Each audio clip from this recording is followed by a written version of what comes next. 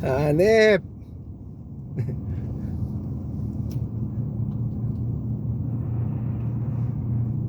Wala eh, ganito talaga.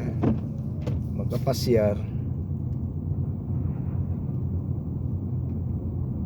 Ito yung maganda rito eh.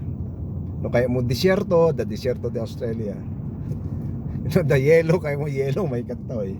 Ito malapit lang to sa Melbourne eh. Ay, yun lang hindi ka makapagpatakbo. Hindi ka makapagpatakbo na mabilis pag ganito.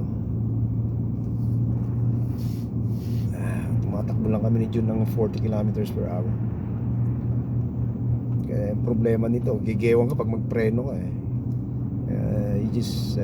You just need a little bit of skills of driving.